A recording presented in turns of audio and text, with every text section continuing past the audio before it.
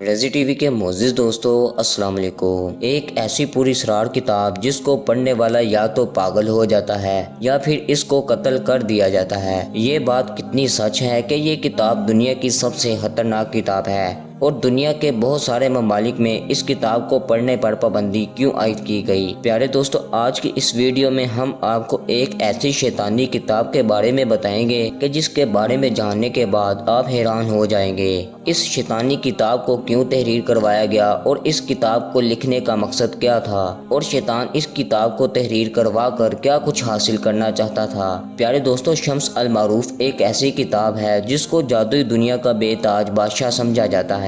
اس کتاب کو 6 صدی ہجری میں عربی زبان میں تحریر کیا گیا تھا۔ اس کتاب کو تحریر کرنے والے شخص کے بارے میں مختلف روایات پائی جاتی ہیں۔ بعض روایت کے مطابق اس کے مصنف کا نام شہاب الدین ہے اور بعض روایت کے مطابق اس کا نام احمد البونی ہے۔ پیارے دوستو، البونی ایک ایسا شخص تھا جو جادو اور عملیات میں بے انتہا مہارت رکھتا تھا۔ اس کتاب میں روحانی عملیات اور جنات کو قابو کرنے اور ناجائز طریقے سے مال اور دولت اکٹھا کرنے کے بے شمار عملیات اور وظائف درج ہیں۔ یہ عملیات پر مشتمل ایک ایسی کتاب ہے جو عملیات کی دنیا میں ایک الگ مقام رکھتی ہے۔ یہی وجہ ہے کہ دنیا کے بہت سارے ممالک میں یہ کتاب متنازع ہونے کی وجہ سے اس کتاب کے پڑھنے پر پابندی عائد ہے۔ پیارے دوستو، اس کتاب کے بارے میں کہا جاتا ہے کہ جب اس کتاب کو تحریر کیا گیا، اس کے تحریر ہونے کے 100 سال بعد تک یہ کتاب کسی کے بھی کام کی نہ تھی، کیونکہ جو کوئی بھی اس کتاب کو پڑھنے کی کوشش کرتا یا تو پھر وہ مجنون ہو جاتا یا پھر جنات اس پر حاوی ہو کر اس کو قتل کر دیتے۔ 100 سال تک اس کتاب کا صرف ایک ہی نسخہ تھا۔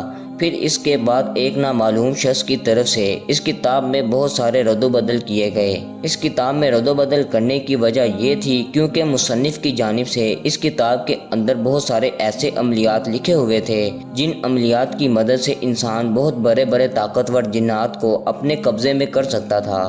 اسی وجہ سے جنات خود اس کتاب کی حفاظت کیا کرتے تھے کہ کوئی بھی انسان اس کتاب کو پڑھ نہ سکے اور نہ ہی جنوں کو اپنی قید میں کر سکے۔ روایات میں آتا ہے کہ کچھ عرصہ گزرنے کے بعد ایک اجنبی کی طرف سے اس کتاب میں سے ان نسخوں کو نکال دیا گیا جن نسخوں کی وجہ سے جنات انسانوں کو قتل کیا کرتے تھے، لیکن اب بھی اس کتاب میں کالے جادو اور جنات کو قید کرنے کے بہت سارے عملیات موجود ہیں۔ یہی وجہ ہے کہ کوئی بھی انسان اس کتاب کو ٹھیک طرح سے سمجھ کر پڑھ نہیں سکتا اور جو کوئی بھی اس کتاب کو سمجھنے کی کوشش کرتا ہے وہ پاگل پن، مرگی یا جنوں کا شکار ہو جاتا ہے۔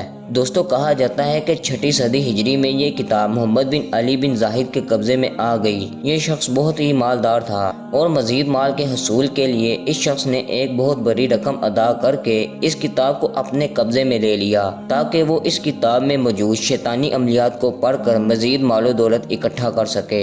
اس کتاب کو خریدنے والے شخص کا یہ بیان ہے کہ جب بھی وہ اس کتاب کو کھول کر پڑھنے کی کوشش کرتا تو اس کے سامنے ایک سیاہ رنگ کی عجیب الحلقت مخلوق ظاہر ہو جاتی، جس کی جسامت کی سیاہی کو دیکھ کر اور اس کے چہرے پر چھائی نحوست کو دیکھ کر یہ شخص بے ہوش ہو جاتا۔